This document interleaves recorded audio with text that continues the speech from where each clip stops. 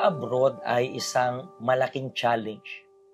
Lahat ng problema, dumodoble yung bigat kapag abroad ka. At isa sa pinaka maraming cases dito sa Hong Kong rin, hindi ko alam kung, I'm talking about Hong Kong kasi nandito ako as of now, maraming mga cases dito na mga single mom, mga single parent. At alam nyo po na ang pagiging single parent alone, mahirap na. Imaginein mo pa kapag nasa abroad ka pa. Ang daming tatakbo sa isip mo. Yan po yung storyng mapapakinggan natin right now. That's why wag na po kayong aalis. Panoorin nyo lang po tong intro na ito and then magbabalik po kami maya-maya.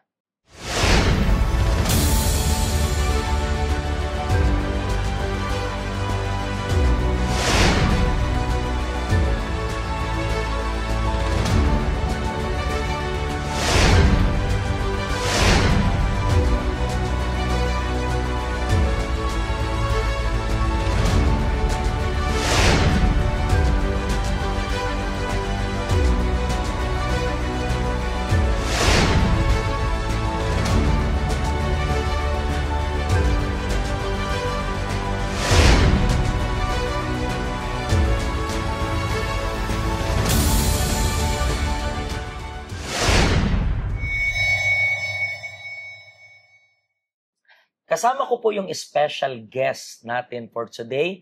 Ano pong pangalan ninyo? Aileen Mayandok, Pastor. Mama Aileen, taga saan po kayo sa Philippines? Pangasinan po. Pangasinan. And gano'n na rin po kayo katagal na nag-work sa abroad? 8 years na po. 8 years.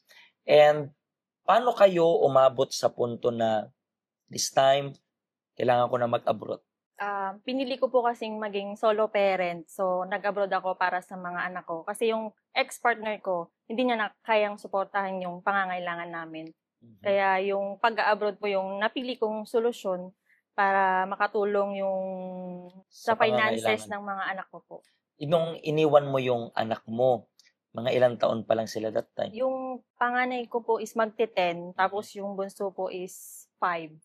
Pero, yes, alam ko na mas malaki yung sahod abroad. Pero, madali bang mabuo yung desisyon na iwan yung anak para magtrabaho abroad? Mahirap, kasi experience ko din yan. Anak po ko ng isang OFW. Yung mother ko din po, 3 years old pa lang ako nung mag-abroad siya. Kaya kailangan din niyang magtrabaho para sa amin. So, alam ko yung pakiramdam na maiwanan sa Pilipinas.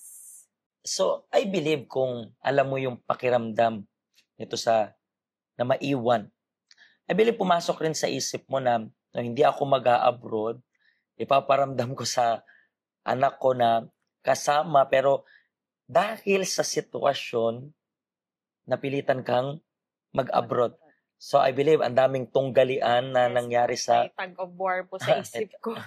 Pero and then, syempre, mas lamang pa rin na kailangan matustusan yung pangangailangan. So ngayon, at least ngayon, nakarelate ka sa kung paano rin nabuo yung desisyon sa nanay mo. Yes. Kasi yan yung mas naunawaan ko na po yung naging desisyon niya noon. So, bakit naman Hong Kong yung nag-decide ka mag-abroad? Sabi ng mama ko, mag-Hong Kong ka kasi mas malaki yung sahod, tsaka mas safe. Kasi kung sa Middle East, hindi daw po safe doon magpunta. Yung nanay mo po ba is naranasan mag-Middle East? Po. Hong Kong lang rin? Hong Kong lang din po siya. So, siya ang nag-recommend sa iyo na... Sa Singapore po siya. Singapore.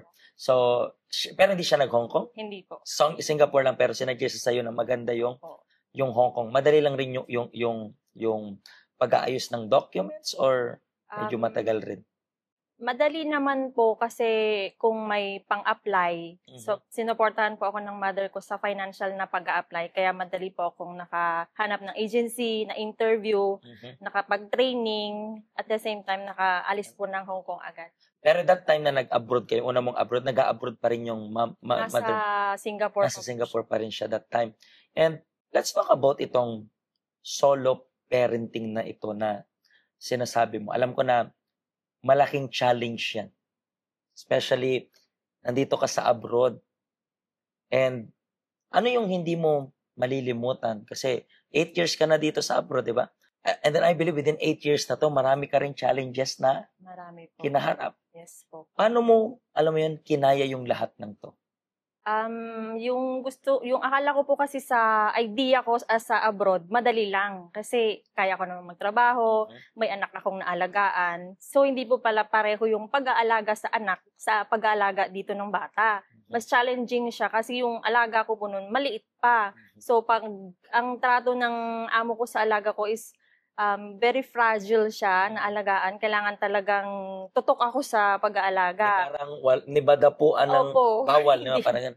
Maski madapa siya, parang dapat nandun ako. Hindi siya pwedeng magasgasan kasi ako yung magiging Ikaw yung papahang masisisi. sisisi. Opo. Pero isa lang naging amo mo dito, ne? Isa lang Ito lang ngayon. Opo. So, kung titingnan, nung una mong inalagaan yung bata, ilang taon pa lang siya that time? 4. 4. So, ngayon medyo malaki na. Malaki na. 10 years old na po siya. So, yung ganun pala yung trato ng amo mo na very fragile and then hindi pwedeng madapuan.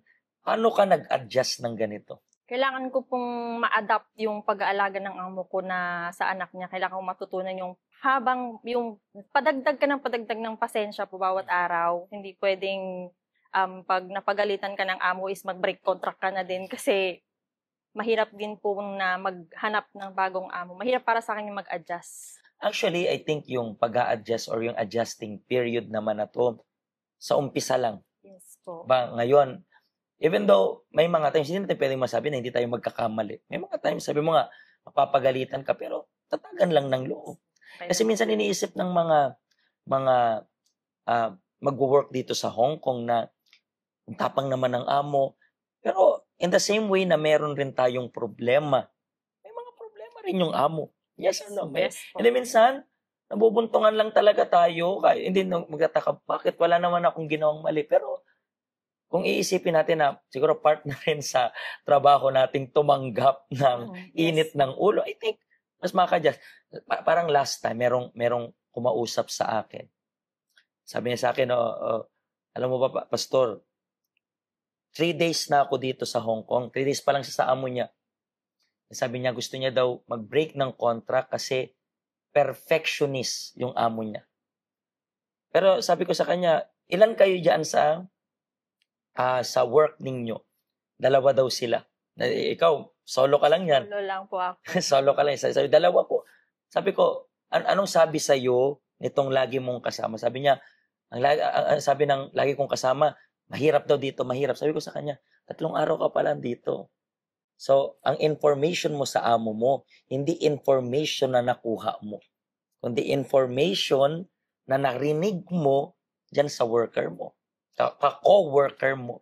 Kasi, at the end of the day, kung perfectionist sila, so kapag naabot mo yung pagiging perfectionist, edi kahit i-terminate ka nun, madali na lang para sa'yo yung lahat. Bakit? Kasi, naabot mo yung level na gano'n. Kasi, I believe di naman madali talaga dito. Hindi po. Unang-una sa lahat, malayo ka sa pamilya mo. Yes. Diba? Pero, paano ka nakapunta dito sa help center? May evangelist po na nakasalubong ko lang po sa isang mall nung day off ko. Tapos inabutan po ako ng flyer.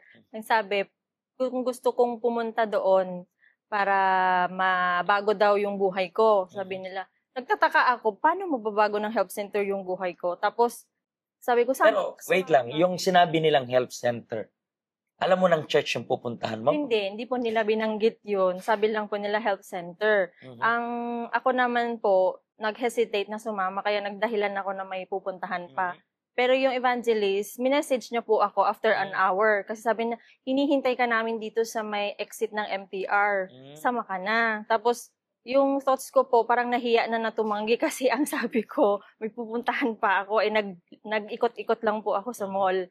So, napunta po ako dito. So that time rin, sumama po ako agad. nang napilitan, parang gano'n. Opo. Nahiya sa kanila. Curiosity din po. Curiosity.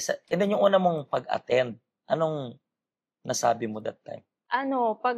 Pagdating ko po, sabi ko, ay bakit parang iba? Parang iba yung aura nung place. Hindi siya yung katulad ng mga nag-i-invite sa akin na napuntahan ko na help set na parang church. And then sabi ko may something po na stir sa akin na mapanatag yung loob ko. Tapos may peace na hindi ko maipaliwanag. So since then na una mong bumisit sa health center, para nagtuloy-tuloy ka na rin? Yes po. Gano'n ka na rin katagal dito sa health center? Mag 3 years na po. 3 years? Yes po. So yung parang napilitan ka pa ng Opo. una, Kasi ngayon 3 years ka na. That time din po, dumadaan ako sa depression, ganyan. Hindi ko yung feeling na bakit bigla-bigla akong maiiyak, bigla-bigla ako na hindi makatulog sa gabi.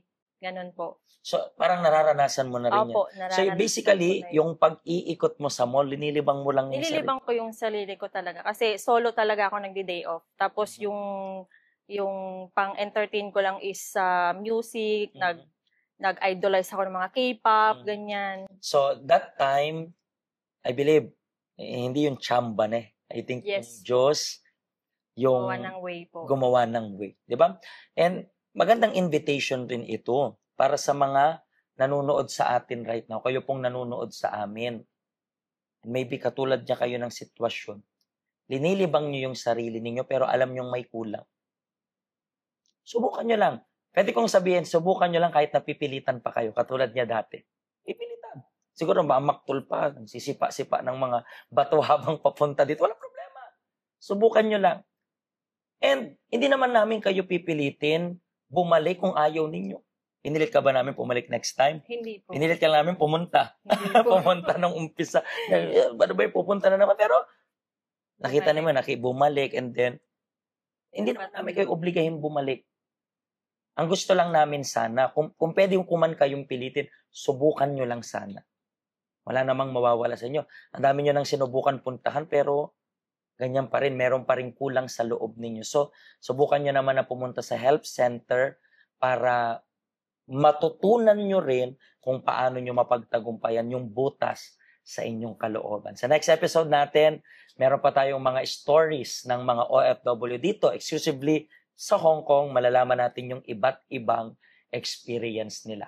Maraming salamat po sa pag-special guest sa aming program at for sure marami po kayong natulungan. Mga kaibigan, hanggang sa susunod pong episode, once again, pagpalain po kayo ng Diyos.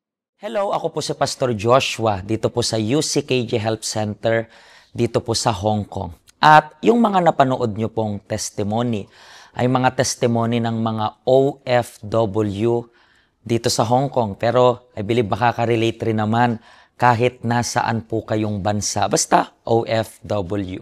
Ang health center po natin ay walang pinipiling religion. Base na rin po sa name, Health Center. Kung kailangan nyo po ng karagdagang information, nandito lang po sa baba lahat ng information na kailangan ninyo. Kontakin nyo lang po kami at magiging masaya po kami na matulungan ka, ma-assist ka, nasaan man po kayong bansa. Pagpalain po kayo ng Diyos.